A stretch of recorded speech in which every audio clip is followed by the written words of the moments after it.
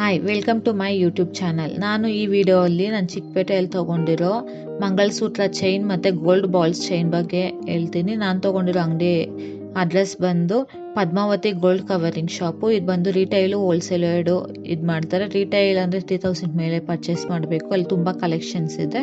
ಅದ್ರ ಅಡ್ರೆಸ್ ಬಂದು ಅವೆನ್ಯೂ ರೋಡಲ್ಲಿ ಫೇಮಸ್ ಬನಾರಸ್ ಸ್ವೀಟ್ ಹೌಸ್ ಅನ್ನೋ ಶಾಪ್ ಇದೆ. ಆ ಶಾಪ್ ಆಪೋಸಿಟ್ ಒಂದು ರೋಡ್ ಹೋಗುತ್ತೆ.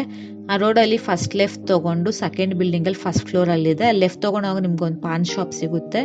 ಅದ್ರ ಪಕ್ಕದ ಬಿಲ್ಡಿಂಗಲ್ಲಿ ಫಸ್ಟ್ ಫ್ಲೋರಲ್ಲಿರೋದು.